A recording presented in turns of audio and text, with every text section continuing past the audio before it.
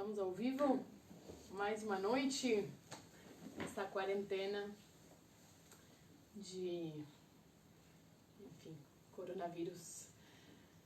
Boa noite, sou a Cecília Arbolave, da Lote 42. A gente começou essa série de lives faz mais de uma semana. A ideia era trazer um pouco do conteúdo que a gente daria nas aulas na Sala Tatuí, que a gente daria em outros lugares e, enfim, transformar esse conteúdo em conteúdo virtual para quem quiser acompanhar, para amenizar um pouco o dia de vocês, para amenizar um pouco a nossa saúde mental e ter compromissos e fazer coisa, porque não tá fácil para ninguém. Aqui, hoje estamos gravando aqui da sala de casa, lugar onde ontem também gravamos, e a gente achou que funcionou, que foi legal. E vamos falar de um assunto que eu gosto bastante, gosto muito, que é produção gráfica, a partir do livro Triste, de Rafael Sica. A gente fez um sobre o livro Quando o Sangue Sobe a Cabeça, da Ana Mulher. Esse vídeo está disponível aqui na nossa página de Facebook, para quem quiser assistir. E eu acho legal para a gente pensar sobre o livro de um ponto de vista diferente, de um ponto de vista de como o livro é feito, né, da produção do livro. Porque a gente tem percebido da nossa experiência e viramos um pouco fundamentalistas nessa ideia de que quanto mais você conhece como o livro é feito, mais você consegue incorporar esse conteúdo para outras áreas do processo editorial. Então, por exemplo, para a própria, obviamente, a edição do livro, né? Você consegue pensar em soluções que tenham a ver com o conteúdo, seja de formato, seja de material, seja de um acabamento específico que tenha a ver com a proposta do livro.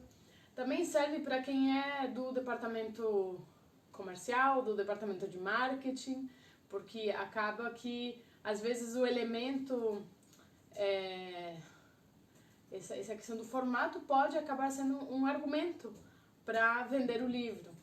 Então, eu acho que conhecer esse processo de produção do livro acaba trazendo elementos muito legais para outras áreas da editora. Né? Não só porque é legal saber o que é uma impressão offset, é legal saber o que é uma impressão em serigrafia, enfim, vai além disso, sabe? Não é uma brincadeira meramente estética, não porque é bonito, não. As coisas primeiro fazem sentido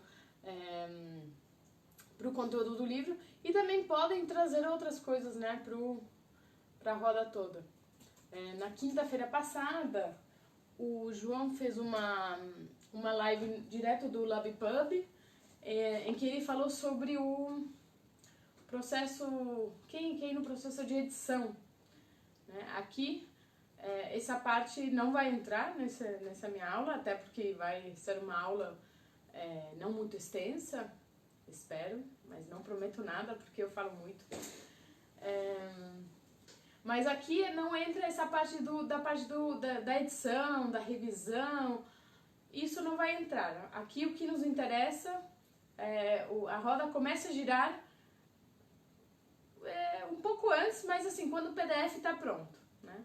A gente precisa começar a girar essa roda antes, né? Porque muitas vezes o PDF está pronto seguindo um formato, seguindo determinadas características que foram definidas bem antes da diagramação ser feita, enfim.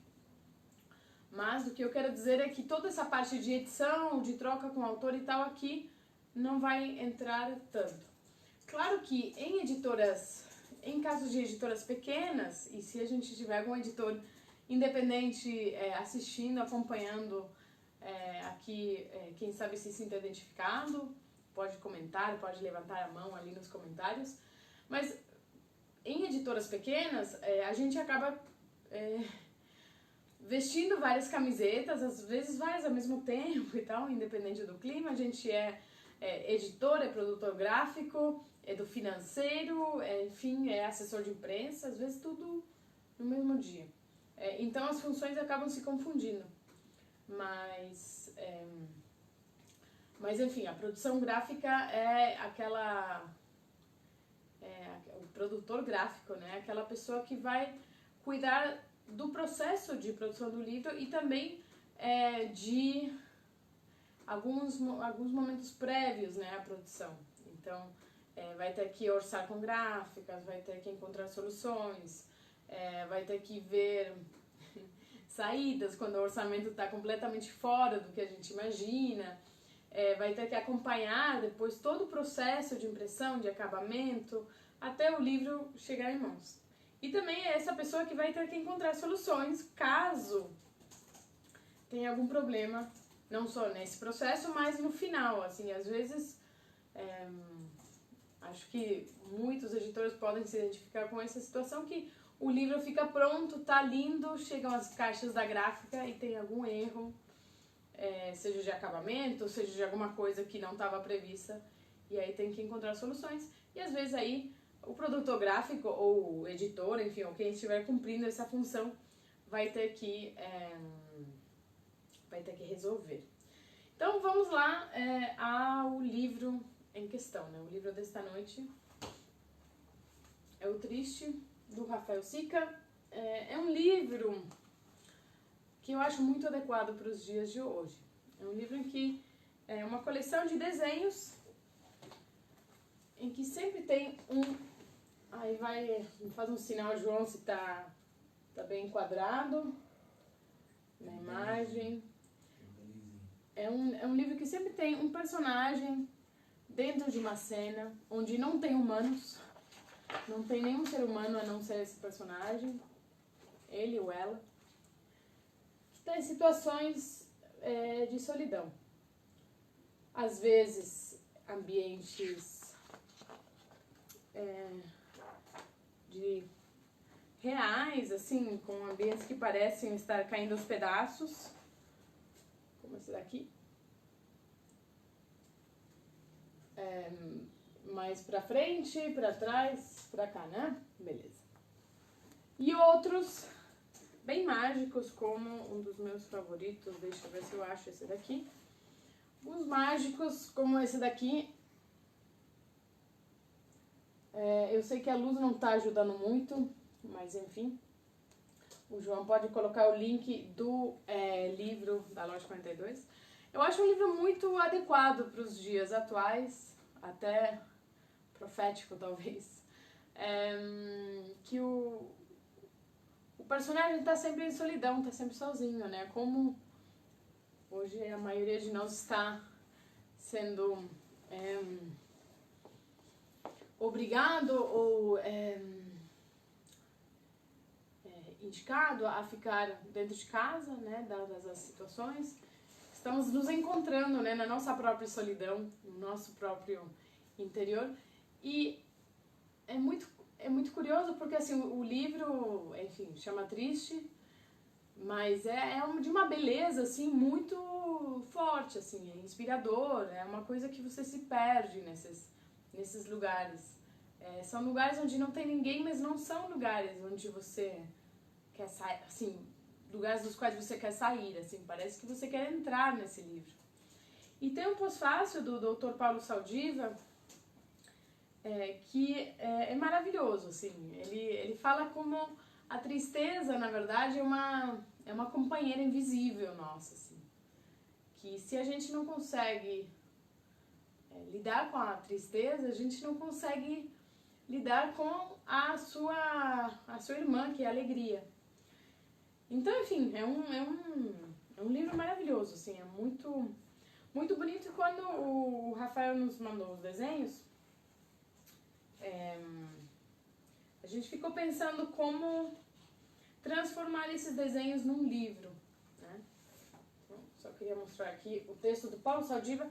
O Dr. Paulo, aliás, eu acho legal vocês acompanharem também no YouTube o que ele está postando sobre o coronavírus. É uma pessoa muito muito serena. Eu não sei se é porque eu acabei conhecendo um pouco mais ele por causa deste livro, mas é uma pessoa que me transmite muita confiança. E nos dias atuais acho que é legal se apegar a essas vozes que nos transmitem um pouco de serenidade, né? Ele tá fazendo uns vídeos muito legais, instrutivos e tal, sobre a situação atual. E ele gravou um depoimento no ano passado sobre o livro. Além desse texto que ele escreveu, ele gravou um depoimento em que falou outras coisas maravilhosas, lindas. Então, vamos lá. Eu falei que muitas vezes, né, em editoras pequenas as funções se misturam e no caso da Loja 42, enfim, não é diferente. Então, quando o Rafael nos manda os desenhos, ele sempre nessas conversas com autores a gente tenta entender as expectativas, entender o que eles imaginam para o livro, entender o que também a gente imagina que pode ser uma coisa legal para a obra. Tem sempre uma troca que, quando essa relação entre autores e autoras e editores e editoras é legal, é muito saudável. E eu tenho falado em algumas aulas, eu falo que, na verdade, assim, tanto o autor quanto o editor querem chegar no melhor livro, né, na melhor versão, né, para esse conteúdo. Então, não é que o editor vai querer cortar ou vai querer propor uma coisa errada, assim, é sempre em um tom de sugestão, né? Pelo menos na Loja 42 a gente gosta de fazer assim. E uma das expectativas dele era fazer o livro, os desenhos tinham sido feitos num tamanho A3, né? A3, para quem não é familiarizado, são 2 A4, né? Aquelas folhas sulfite típicas de impressora. Isso aqui é um A4, duas juntas dá um A3. Então ele tinha feito esses desenhos num tamanho A3 e ele queria que fosse o mais próximo disso, né? E é legal lembrar que o Sica, ele é autor do Fachadas, em que ele fez a escala real dos desenhos 10x15, assim, é pequenininho, como uma fotografia. E a gente respeitou o formato original dos desenhos. E aqui a gente também queria respeitar ao máximo o tamanho dos desenhos. Mas ele falou, olha, a minha ideia é fazer A3, mas vejam aí também se fica muito grande, se é confortável, enfim, o que vocês também como editores acham.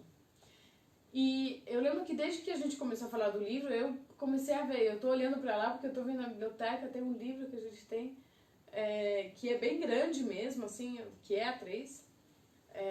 E eu... Não, tá meio, tipo, perdido por ali, então melhor não arriscar porque vai fazer barulho, Mas, enfim, é de uma editora argentina chamada Tren en Movimiento, e é um livro A3, grandão e tal. Só que não era tão confortável, assim, pra ler. E também, outra das coisas que a gente estava conversando era de fazer um livro tradicional. Só que um livro tradicional deixa eu pegar um livro tradicional aqui. Embora esse aqui não seja tão tradicional, mas enfim, o formato o códex, né? O que a gente está acostumado, das folhas dobradas, encadernada, refiladas, e tem uma sequência, né? De páginas, e a leitura, enfim, é uma página atrás da outra, né? Como um livro, como a gente está acostumado, né? João aqui, assistência técnica, a nossa segunda luz, a gente está fazendo um truque para ficar mais iluminado, que é ligar a TV que está do lado de trás, num sinal X, ou seja, eu vou enlouquecer daqui a pouco porque eu tô olhando para uma tela, não sei como que se diz, me ajuda aí, João, como que se diz? Ruído branco. Como? Com ruído branco. Com ruído branco. Então eu vou enlouquecer assim que acabar essa aula. Agora, imaginem um livro assim, num tamanho gigante, A3. Né? é um formato difícil de trabalhar, assim, livros grandes, de formatos grandes, são livros com formatos difíceis. Por causa dessa gestualidade também da leitura, né? Onde você coloca o livro, como você folheia, se era um livro tradicional, e eram os desenhos que eu mostrei pra vocês, o que ia ficar do lado do desenho. Então a gente ficou por muito tempo conversando muito com o Sica e com o Teves, que fez o projeto gráfico, e a gente ficava falando bastante sobre como que a gente ia resolver esse livro. De deixar os desenhos grandes, na escala que eles tinham sido feitos, e como resolver essa diagramação para que ficasse um livro legal, sabe? Não fosse enfim, por exemplo, uma opção seria deixar os desenhos soltos, mas talvez os desenhos soltos não iam dar a ideia de livro, enfim. A gente ficou muito tempo conversando sobre isso e pensamos aí na encadernação superior, né, aqui, para resolver colocando em cima. Dessa maneira, os desenhos iam ficar isolados, a gente não ia ter mais o problema de uma página do lado em branco ou duas páginas com desenho espelhadas. Ai, Mel, tem uma pergunta do Mel Gibbs, como se chama o livro do Trem em Movimento? Agora, esse é o problema, né, de mencionar, que daí tem que resolver. Mel, assim que acabar a live, eu vou pegar o livro e pegar o nome. Ah, não, mas eu posso também. Bom, assim que acabar a live, eu coloco nos comentários e eu te respondo. Senão eu vou ficar aqui só procurando no celular, porque não posso levantar e vai cair tudo. Enfim, depois da live te respondo. Mel Gibbs é colecionador de livros, então eu sei que ele vai querer saber qual livro ele ainda não tem na coleção dele. Enfim. Então a gente decidiu mudar a encadernação para cima. E aí a gente ficou pensando, tá, que tipo de encadernação a gente pode fazer para colocar em cima? E não tem muitas opções, porque assim, não era só colocar em cima, era colocar em cima e conseguir virar a página sem machucar de alguma maneira o livro. Ai, meu Deus. Sem machucar, sem danificar, que os desenhos fossem bem preservados. Então eu fiquei lá vendo encadernações artesanais, em que tinha uma que dava para virar, mas não virava por completo. Enfim, foi também algum tempo, assim, lá se foram algumas semanas procurando, enfim, soluções. E a gente chegou no Wayro, que o Wayro é uma opção que a gente tem muita familiaridade. Pensem em tempos de escola, pensem em relatórios, enfim. É um tipo de encadernação muito usado em outras áreas que não no mundo dos livros, né? Ou, enfim, tem muito livro didático que também usa e tal. Mas não é um tipo de encadernação que se vê tanto. Eu tenho visto livros maravilhosos dentro do mundo independente que usam o Wayro de uma forma muito elegante, como, por exemplo, o Howie, da Polvilha Edições, Ana Rocha. Do Grafatório tem o Alegria, Alergia, que é muito divertido e que essa encadernação propicia um ato de leitura muito legal. Depois procurem aí, Alergia, Alegria. E aí eu apresentei essa ideia com essa defesa. Eu mostrei esses livros, falei, gente, dá pra ter... enfim, dá pra usar o Wayro de uma forma muito legal. Tem outro livro, João, por favor, me ajuda. Pega aqui esse dos animais. Tem esse livro que eu acho maravilhoso. Foi publicado pela editora SESI São Paulo, que chama Animalário Universal, que também tem o Wayro. E reparem aqui, tem o Wayro. João, vê se tá a imagem... Não, se o enquadramento tá legal. Vou deitar aqui, deitar não, sentar. Aqui você levanta e você tem sempre a parte da cabeça, do corpo e da bundinha do animal. Então, aqui, por exemplo, você tem um elefante, mas se você vira um pouquinho aqui e você vira um pouquinho aqui, vira um porfarium. Liano, olha que animal maravilhoso. E aqui, se você levanta, você tem um produtivo mamífero de majestoso porte da região da Sibéria. Então, na parte de cima, você tem uma descrição da parte de baixo. Esse tipo de leitura, esse tipo de obra, só foi possível por causa desse Huairô, tá? E o Huairô, só para explicar, assim, é como uma espiral. Só que o espiral é geralmente conhecido aquele de plástico, né? Que é uma única peça que gira.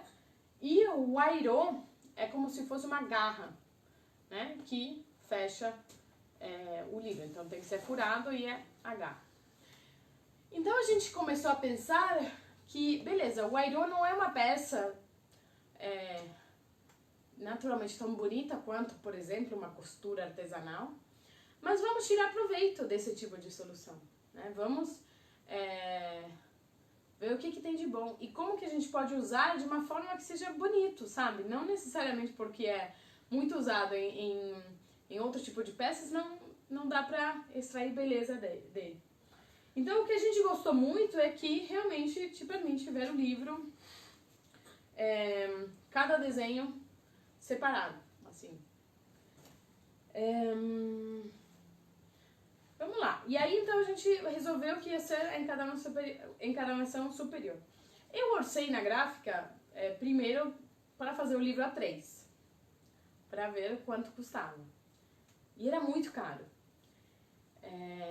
Por quê? Porque de cada folha gráfica, e quem assistiu a outra live deve ter visto eu com a folha gráfica enorme na frente, de cada folha gráfica, saíam bem poucas páginas, né? Saíam 4 páginas. Né? De uma folha de papel saem 4 páginas. Quer dizer, na verdade 8 porque é frente e verso.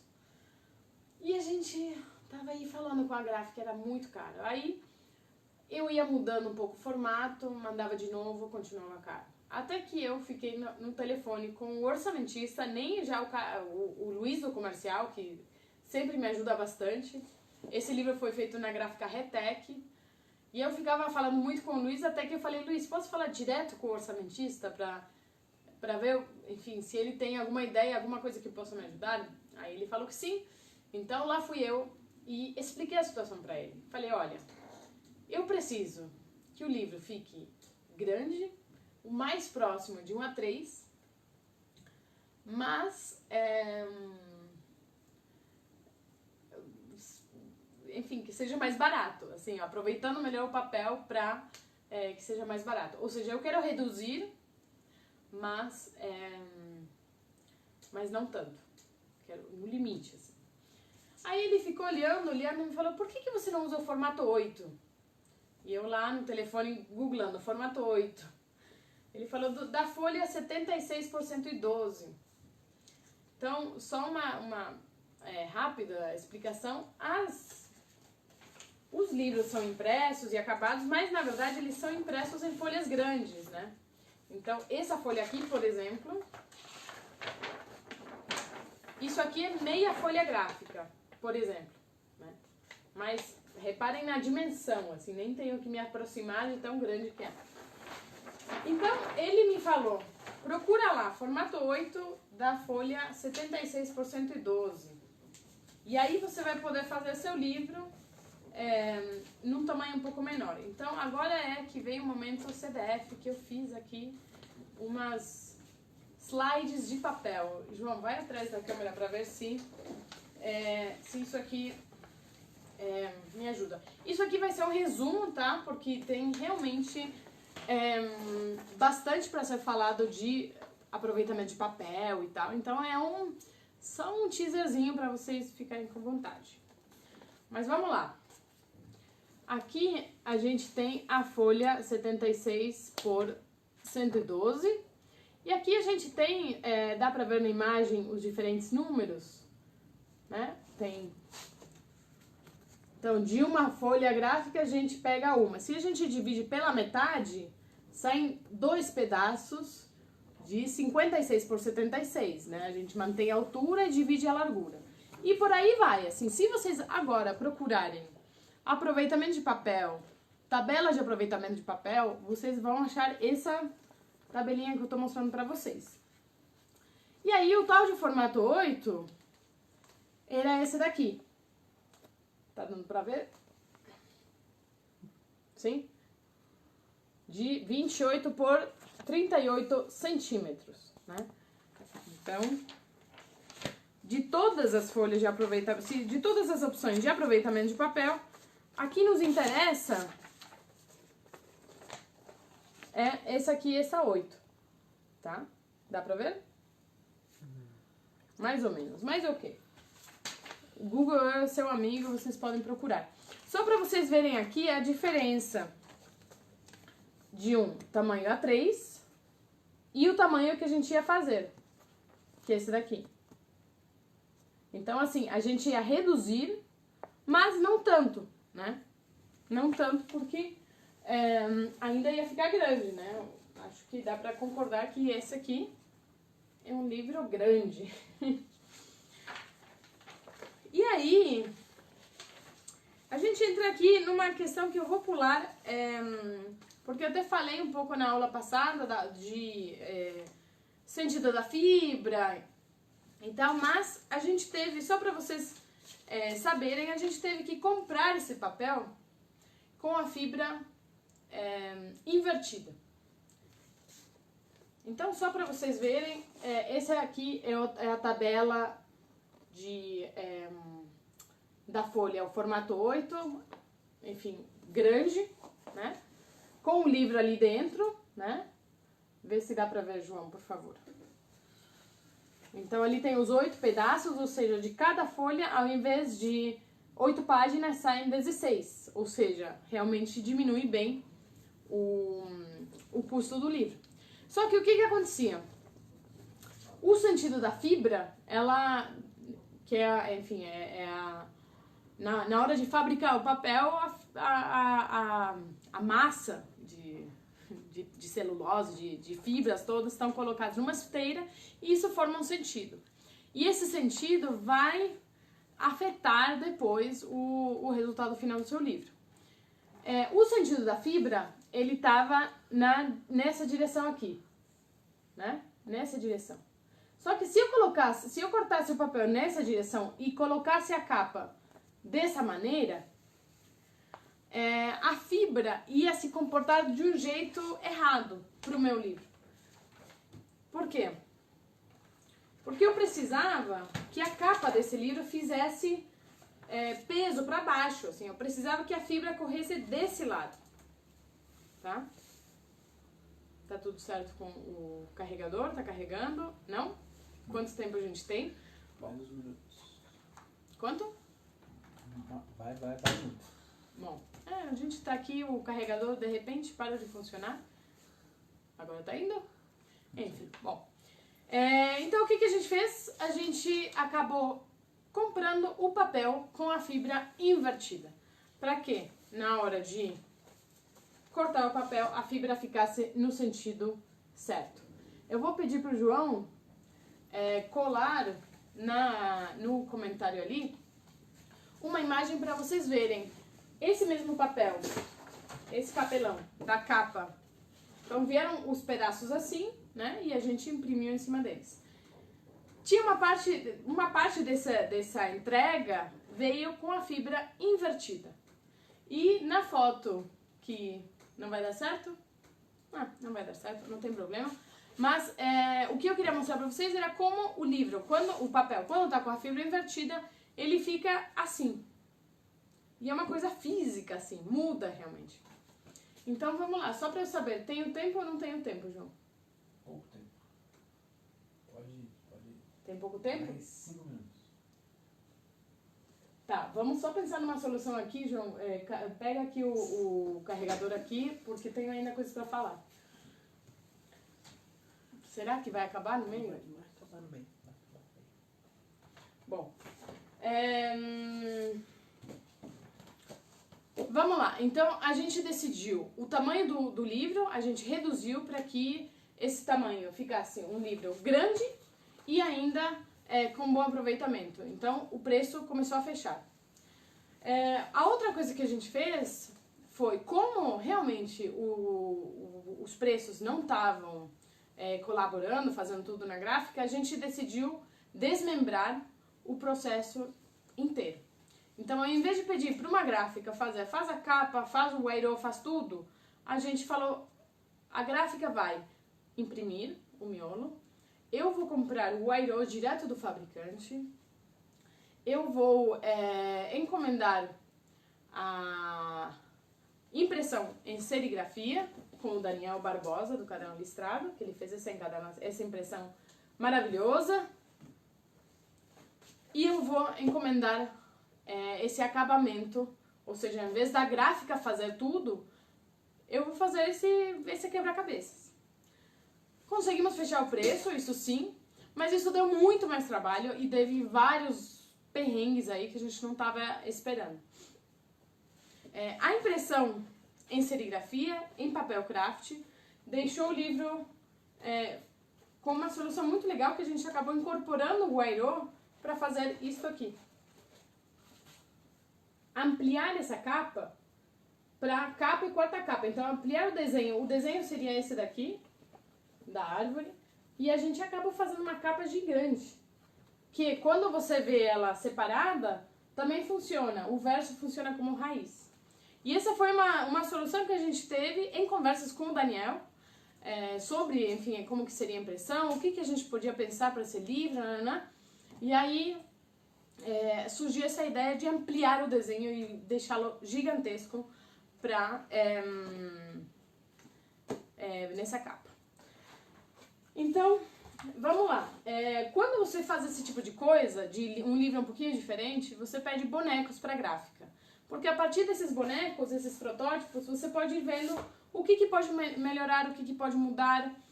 Por exemplo, a gente fez o primeiro boneco, o espiral, o Write-O, estava muito pequenininho. Então, a gente acabou aumentando um pouco ele. A gente acabou vendo que a gente ia ficar mais bonito com papel mais amarelado. Então, fizemos testes de impressão, cadê meus testes? Em gráfica rápida, testes. A gente achou que ficou legal num papel mais amarelado, mudamos o papel. Então, isso é muito legal para sempre que vocês vão fazer um livro com um formato um pouquinho diferente, façam testes. Às vezes a gráfica pode fazer bonecos para vocês, às vezes vocês podem mesmo ir na papelaria e fazer os testes de vocês. Eu quero saber, deu pra... não deu? Tá, então a gente vai começar a encerrar por aqui.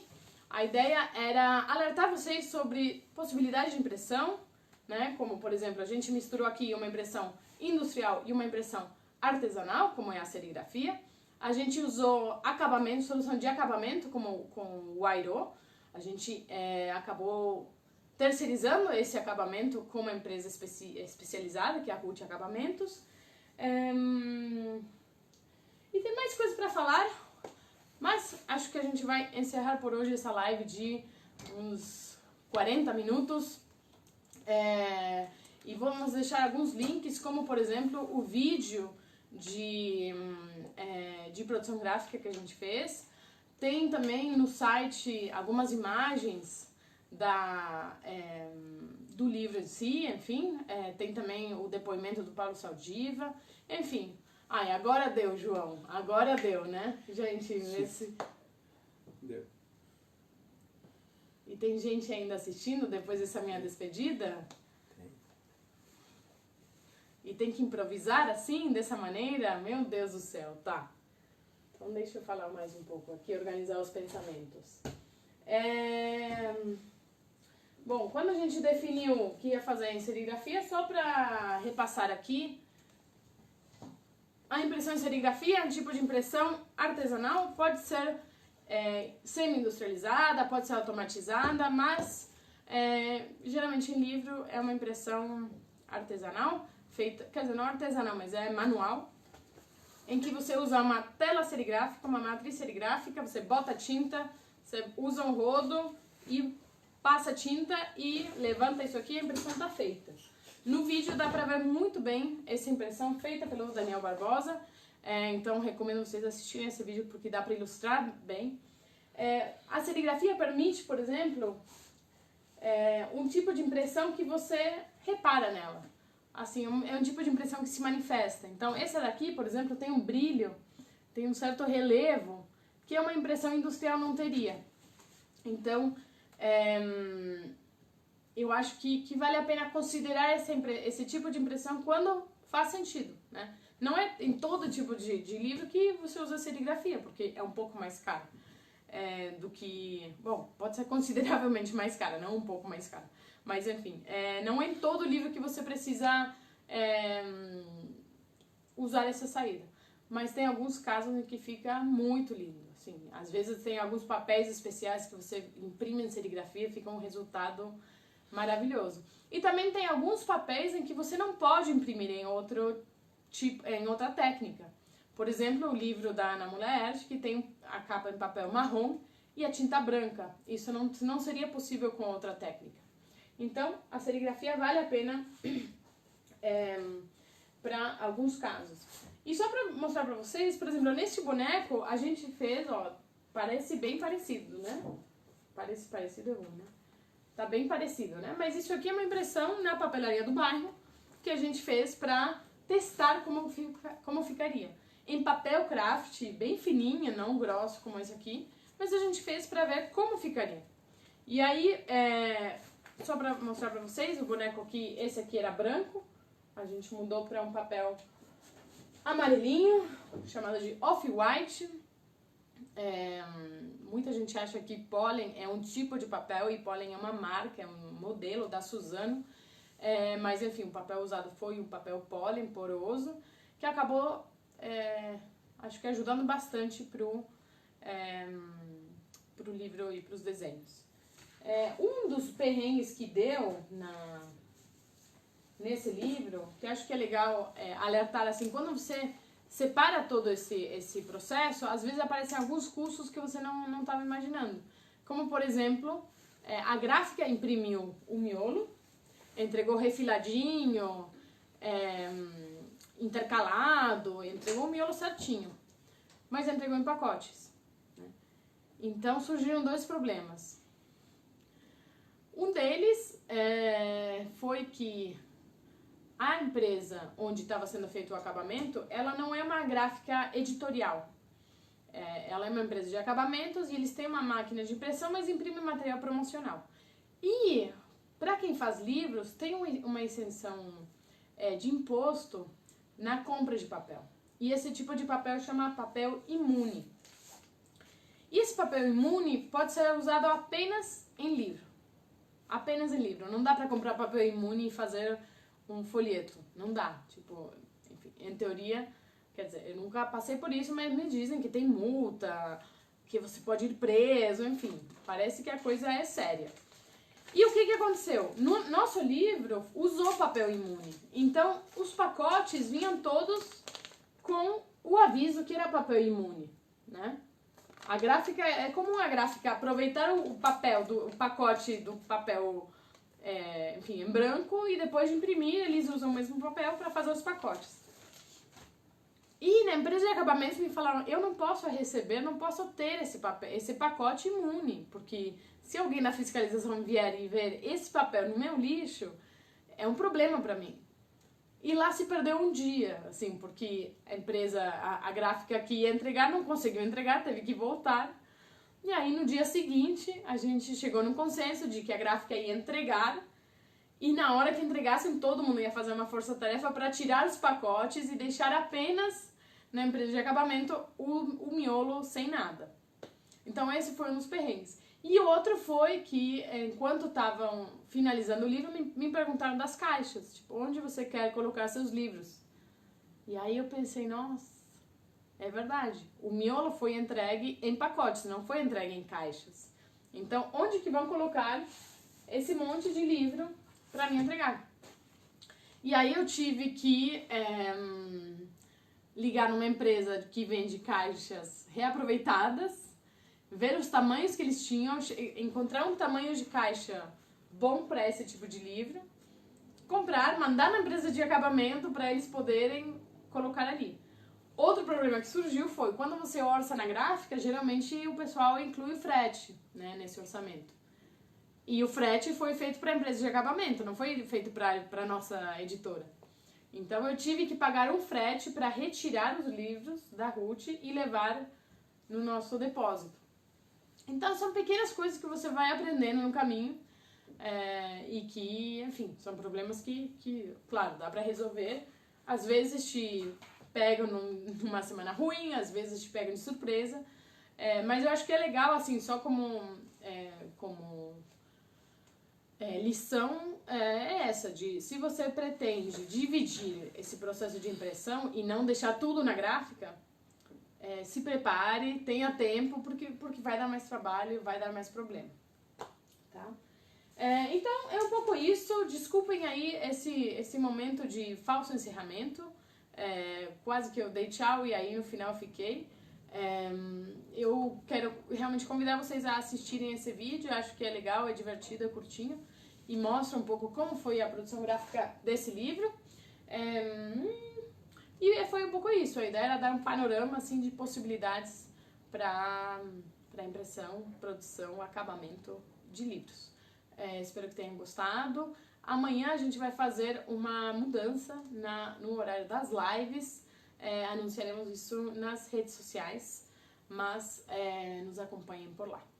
Então, eu acho que dá para encerrar. João, por favor, aperta a pausa, o fim da transmissão e boa noite.